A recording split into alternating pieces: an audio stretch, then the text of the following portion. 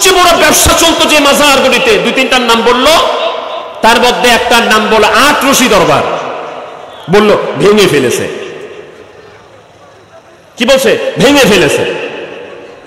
আচ্ছা আমার ভাইরা, ওই বক্তব্য শোনার পরে এই গত 1 মাস 1.5 মাসে বা 15 দিন আগে আটরশি বিশ্ব জাকের মঞ্জিলে গেছেন এরকম মানুষ আছেন ভাই এখানে? 1-1.5 মাস আগে গেছেন এরকম আছেন? হাত তুলে দেখান তো, হাত তুলে রাখেন যারা গেছেন দেখছেন। এবার আপনারা সাক্ষী দিবেন। সে বলল 3 মাস আগে, 2.5 মাস আগে। আপনারা যে 15 দিন 20 দিন 1 মাস 1.5 মাস আগে গেলেন, আপনারা কি বিশ্ব জাকের মঞ্জিল ভাঙার কোন আলামত দেখেছেন? একটা ইটের ক্ষতি কেউ করতে পেরেছে? বিশ্ব জাকের মঞ্জিল ভাঙা তো দূরের কথা, বিশ্ব জাকের মঞ্জিলের একটা ইট তো দূরের কথা, বিশ্ব জাকের মঞ্জিলের একটা সিমেন্ট বালুতেও হাত দিতে কেউ পারে নাই। এই সাহস কারো হয় নাই, ইনশাআল্লাহ পৃথিবীতে কারো হবে না, কারো হবে না, কারো হবে না। আমরা চ্যালেঞ্জ করছি, বিশ্ব জাকের মঞ্জিলের দিকে যদি আঙ্গুল তুলে কথা বলতে হয়, আমরা কাউকে আঘাত করব না, কারো প্রতি সহিংসতা করব না, কিন্তু বিশ্ব জাকের মঞ্জিলকে রক্ষা করার জন্য কোটি কোটি জাকেরান, আশিকান, মুমিন, মুসলমান তাদের বুকের সর্বত্র বেরিয়ে দেওয়ার জন্য প্রস্তুত আছে না নাই?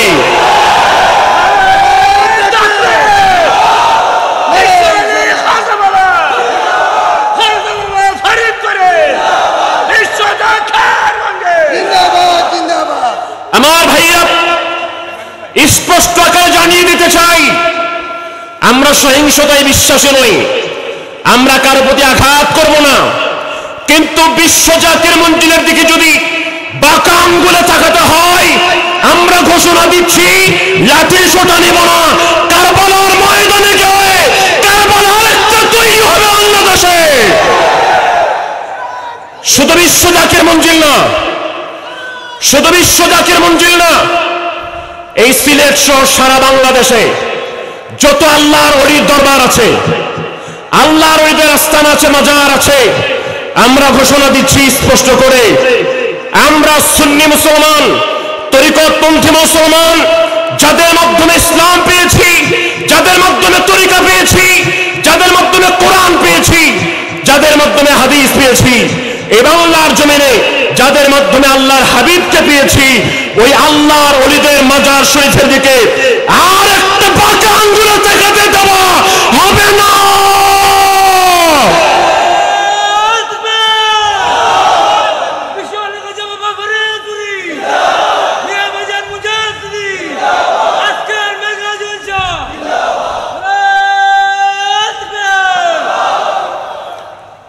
তাহলে আমরা একটা জিনিস পরিষ্কার জানলাম, যে ব্যক্তিগুলি বলেছে আটরশির মাজার ভেঙে ফেলেছে, এই লোকটাকে সত্য কথা বলেছে না মিথ্যা কথা বলেছে? তো আল্লাহ কি বললেন? কুনু মা'আস সাদিকিন, তোমরা সত্যবাদীদের সাথে থাকো। তাহলে আল্লাহর কোরআন মোতাবেক তুমি মুফাসসির হও, তুমি মুহাদ্দিস হও, তোমার জীবনে মিথ্যা আছে, আল্লাহ বলছে বাদ দিতে হলে মিথ্যাবাদীকে আগে বাদ দিতে হবে। আমার জাকির ভাইরা, এবার আমি কয়েক সেকেন্ডে অন্য একটা প্রেক্ষাপট আপনার সামনে তুলে ধরি। অনেকে আমার খাজা বাবা ফরিদপুরীকে 20 বছর দেখেছেন, 30 বছর দেখেছেন, 40 বছরে দেখেছেন, অনেক কথা শুনেছেন। কেবলা জান হুজুর অনেক ইতিহাস আপনাদের জানা আছে। আপনারা কি এখানে আমাকে একজন মানুষ হবিগঞ্জের জমিন থেকে আমি একজন মানুষ চাই, এবং অনলাইনে সারা পৃথিবীর থেকে যে যেখান থেকে দেখছেন, সারা পৃথিবীর থেকে আমি একজন মানুষ চাই, যেই লোকটা বলতে পারে, আপনারা আজকে বলবেন, পরবর্তীতে ওনারা হয়তো বলতে পারবে, আজকে আপনারা কি একজন মানুষ এখানে দাঁড়িয়ে বলতে পারবেন যে আটরশির পীর জীবনে কোনোদিন একটা মিথ্যা কথা বলেছে? পারবেন কেউ?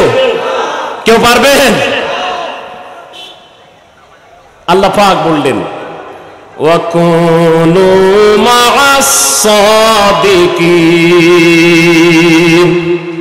বান্দারে আমারে ভয় কর, ইত্তাকুল্লাহ, আল্লাহকে ভয় করো, ওয়াকুনু মা'আস সাদিকিন, তোমরা সত্যবাদী, যারা সঠিক কথা বলে, সত্য কথা বলে, মিথ্যার ধার ধারে না, তোমরা তাদের সঙ্গী আর সাথী হয়ে যাও। আমি চিন্তা করলাম আটরশি এত লোক যায় কেন? আমার মনে হলো কেন জানি আমার আল্লাহ তাআলা ডেকে ডেকে বলছে, বান্দারে সত্যবাদী খুঁজতেছ, আমার দলের মানুষ খুঁজতেছ, আমি আমার একজন মানুষকে আটরশির জমিনে বসায় রাখছি যে মিথ্যা কথা বলে নাই, সারা জীবনে মিথ্যা তার জীবনে নাই।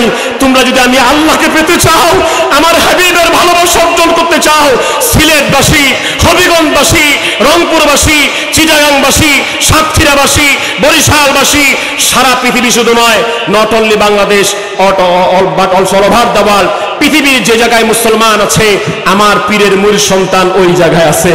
আল্লাহ পাক জানাই দিলেন, হে বিশ্ববাসীরা, একজন সত্যবাদী মানুষ খুঁজতেছ, আমার দলের মানুষ খুঁজতেছ, তাকায়া দাও আটরশি বিশ্ব জাকের মঞ্জিলে আমার একজন বন্ধু আছে যে সত্যের সন্ধান তিনি নিজে পেয়েছেন। এবং আমার পীর খাজা বাবা ফরিদপুরি বলতেন, বাবা আমার কথার মধ্যে কোনো ঝুট নাই, আমার কথার মধ্যে কোনো ভেলকিবাজি নাই, আমার কথার মধ্যে কোনো মিথ্যা নাই, আমার কথার মধ্যে কোনো অসত্যতা নাই। বাবা আমার কথা যদি তোমরা ঠিক মতো মেনে চলতে পারো, দুনিয়াতে থাকতেই তোমরা নগদ বেহেশত কামাই করে শুতে পারবা। তাহলে এরকম একটা জায়গায় আমাদের জীবনে একবার হলেও যাবার দরকার আছে না নাই? আমরা দাওয়াত দিয়ে গেলাম হবিগঞ্জবাসীকে, সিলেটবাসীকে, একটা বারের জন্য হলো। যারা গিয়েছেন আপনারা তো গিয়েছেন, যারা যায় নাই তাদেরকে সন্ধান দিবেন। একটা দরবার, যে দরবারে শুনেছেন বাইরে থেকে আলাদা, যায় দেখবেন আলাদা। কেমন বরিশাল অঞ্চলে একটা প্রচলন আছে, ওই এলাকায় মানুষ মনে করে যে আটরশি যায় মানুষ মহিলা আর পুরুষ একসাথে নাচানাচি করে। এখানে আপনারা বলেন তো, আপনারা কি দেখছেন আটরশি দরবারে যা মহিলা পুরুষ একসাথে জিকির করতে, একসাথে নাচানাচি করতে দেখছেন? তাহলে যারাই মিথ্যা কথাগুলি বলছে, আল্লাহ কয় তুই বাদ, আল্লাহ কয় তুই বাদ, তুই মিথ্যাবাদী, মানুষ তোর সাথে থাকবে না। ওয়াকুনু মা'আস সাদিকিন, সত্যবাদী যারা, সঠিক যারা, তোমরা তাদের সাথে থাকো। আর লম্বা কথা বলবো না, একটা লাস্ট মেসেজ দিয়ে যায়। বিশ্ব জাকের মন্দির সম্পর্কে মানুষ খালি আজে বাজে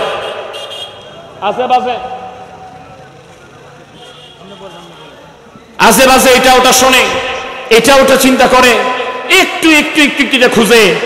এদের চিন্তাধারা হলো নেগেটিভ। এরা যদি ফাল্গুন মাসে গোলাপ ফুলের বাগানে যায়, ফাল্গুন মাসে গোলাপ ফুলের বাগানে যায়, একে যদি ছেড়ে দেন, ভাই এই গোলাপ ফুলের বাগানে গেছেন, কি দেখলেন? ও বলবে দেখলাম ভালোই, এই গোলাপ ফুলের গাছে বড় বড় কাঁটা আছে। ওর চোখে ওইটাই পড়বে, এত বড় বড় ফুল ফুটে আছে, এটা আর চোখে পড়বে না, ওর চোখে ওটা পড়বে কাঁটা কেন। বিশ্ব জাকের মঞ্জিলে রাত ৩টার সময় উঠে কোরআন তেলাওয়াত হয়, এটা চোখে পড়বে না। বিশ্ব জাকের মঞ্জিলে রাত ৩টার পরে জিকির হয়, এটা চোখে পড়বে না। বিশ্ব জাকের মঞ্জিলে ৫ ওয়াক্ত নামাজ জামাতের সাথে হয়, সেটা চোখে পড়বে না। একাধিকবার জিকিরে মজলিস বসে, সেটা চোখে পড়বে না। সেখানে আল্লাহ আল্লাহ জিকিরে মানুষ মশগুল থাকে, সেটা চোখে পড়বে না। সেখানে মেহমানদারি আছে, রাত দিন ২৪ ঘন্টায় যখন যাবেন তখন মেহমানদারির করার ব্যবস্থা আছে, এগুলি চোখে পড়বে না। চোখে পড়বে কোনটা? এই একটু খুঁজে খুঁজে খুঁজে খুঁজে কেউ দুই একটা মানুষ না জেনে না বুঝে এই কিছু একটা করেছে, এটাই চোখে পড়বে। আচ্ছা আমি আপনাদেরকে বলি, আপনাদের সিলেট অঞ্চলে মসজিদে জুতা চুরি হয় না ভাই? দুই একজন জুতা চুরি করে না? তো তাই বলে মসজিদ যাওয়া বাদ দিয়ে দেন আপনারা? যেহেতু মসজিদে জুতা চুরি হয়, চোর যায় জুতা চুরি করতে, তো যেই মসজিদে জুতা চুরি হয় ওই মসজিদে যাওয়া বাদ দিয়ে দিই। এরকম কি কোনো বুদ্ধিমান মানুষ করবে? করবে না। মাথায় যদি উকুন হয় তাহলে কোনো বুদ্ধিমান মানুষ কি মাথা কেটে ফেলে দেবে? হ্যাঁ, আমরা স্পষ্ট আকারে বলছি, কোন ওলি আল্লাহর মাজার কেন্দ্রিক কোন ভণ্ডামি, কোন শিরকি কাজ, কোন নেশার আড্ডা, মহিলা পুরুষ একত্রিত যা শরীয়ত সম্মত নয়, এই ধরনের কোন জিনিসকে আমরাও সাপোর্ট করি না। এগুলিকে সংশোধন করতে হবে, এগুলিকে ঠিক করতে হবে। কিন্তু এগুলিকে ঠিক করতে যায় খবরদার আবার বলি, আল্লাহর ওলিদের সাথে যেন বেয়াদবি না হয়। পরিপূর্ণ শরীয়তের বাউন্ডারির মধ্যে থেকে তরিকত, হাকিকত, মারিফতের চর্চা যদি দেখতে চান, আমরা একটা দাওয়াত দিচ্ছি, তোমরা যাইয়া দেখো না, যাহার হয় না তুলনা, হায় হায় তোমরা যাইয়া দেখো না, যাহার হয় না তুলনা। ওরে ফরিদপুরের 18 ফরিদপুরের 18 পীর কামেল সে এক জমা, তোমরা যাইয়া দেখো না, যাহার হয় না।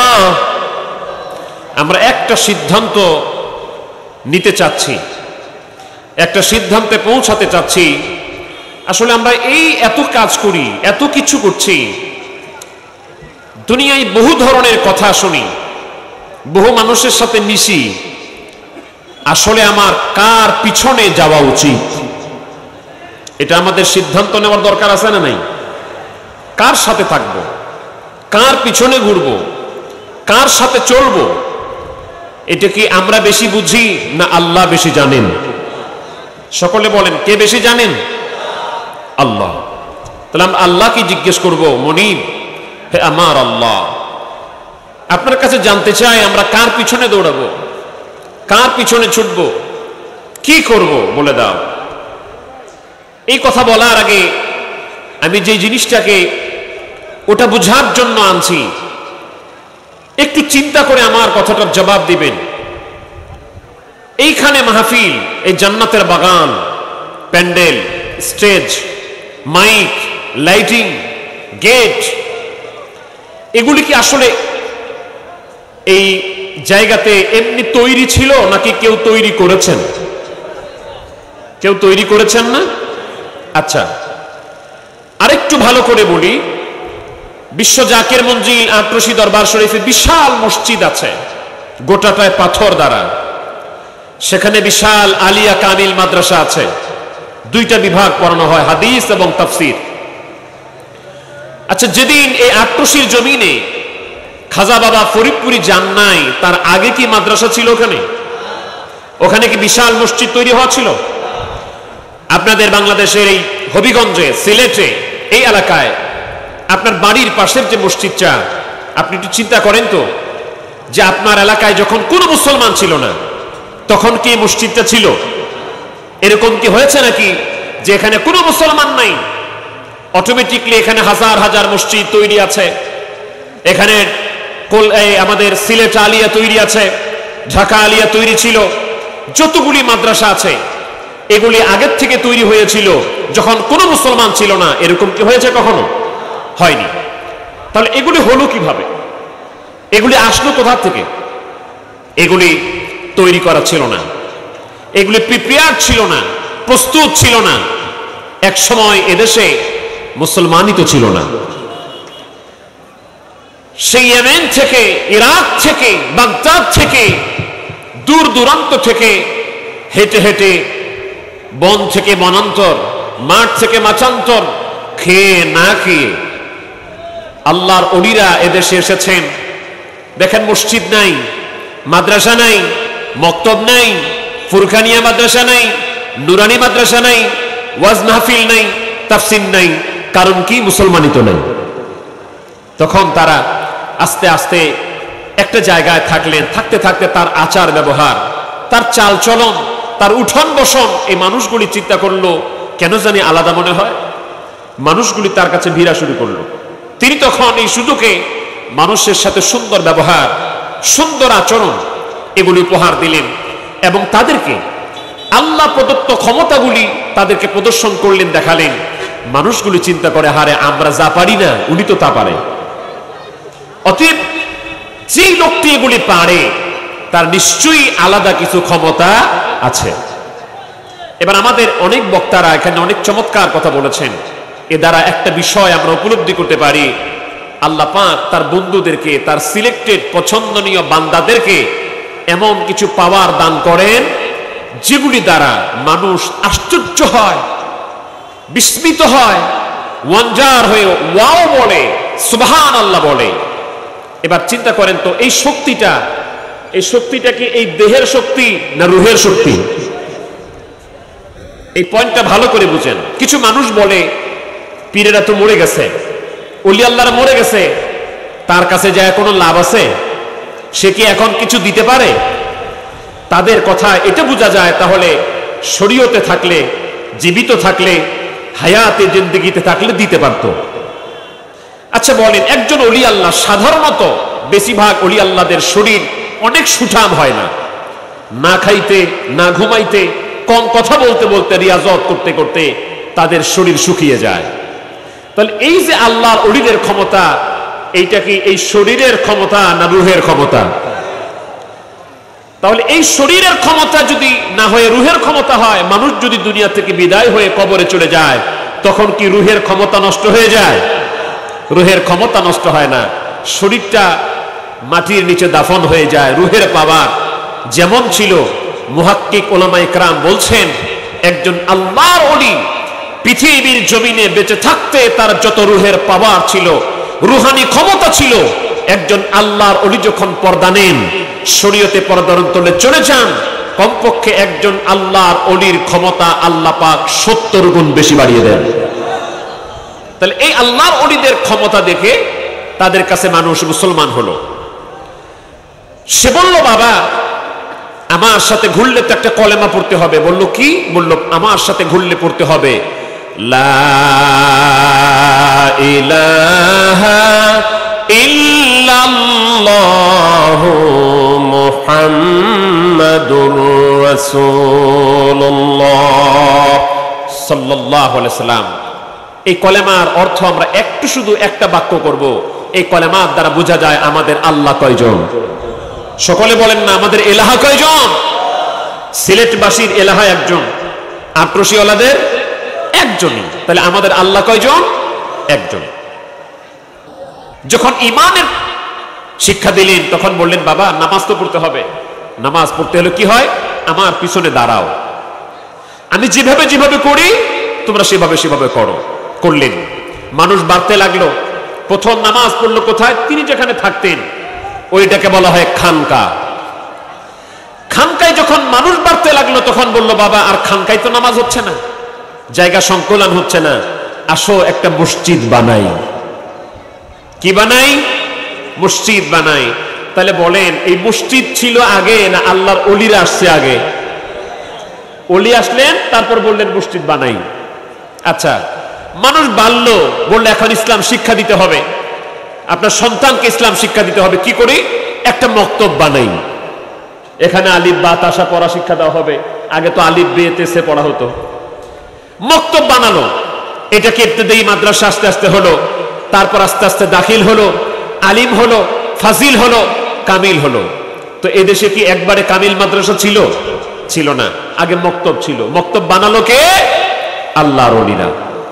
এবার আমার মূল কথা, যে আল্লাহর ওলির উসিলায় এদেশে মসজিদ আসলো, যে আল্লাহর ওলির উসিলায় এদেশে মাদ্রাসা আসলো, যে আল্লাহর ওলির উসিলায় এদেশে ইসলাম আসলো, যে আল্লাহর ওলির উসিলায় এদেশে কোরআন আসলো, হাদিস আসলো, ইজমা আসলো, কিয়াস আসলো, আল্লাহর ওলিদের কাছ থেকে এইগুলি পায়া এখন যারা বলবে কোরআন হাদিস ইজমা কিয়াস মাদ্রাসা মসজিদেই যথেষ্ট, আল্লাহর ওলি বলতে কিচ্ছু নাই, আমাদের কথা হলো যারা বলবে ওলি নাই, আমাদের তাদের কোনো দরকার নাই, তাদের কোনো দরকার নাই, তাদের কোনো দরকার নাই।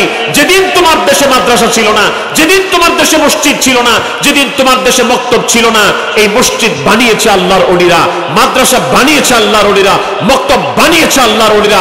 অতএব মক্তব পেয়েছে যার উসিলায়, আমরা সে আল্লাহর ওলিদেরকেই চাই। আমার ভাইরা, তাহলে এবার আল্লাহ রাব্বুল আলামিন কোরআনুল কারীমে বলছেন তোমরা কাদের সাথে থাকবা। এই কথাটাই আমার মূল কথা, আমি এটা বলেই শেষ করে দেব। আল্লাহ পাক কোরআনুল কারীমে সূরা তাওবার 119 নম্বর আয়াতে তার মুমিন বান্দাদেরকে ডেকে বলছেন, ইয়া আইয়ুহাল্লাযীনা আমানু তাকুল্লাহা ওয়া কুনু মা'আস সাদিকিন।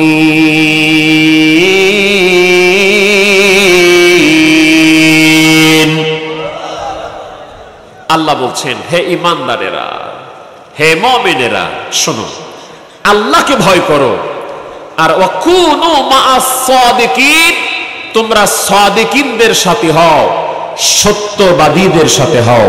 একটু মহব্বতে বলেন না আলহামদুলিল্লাহ।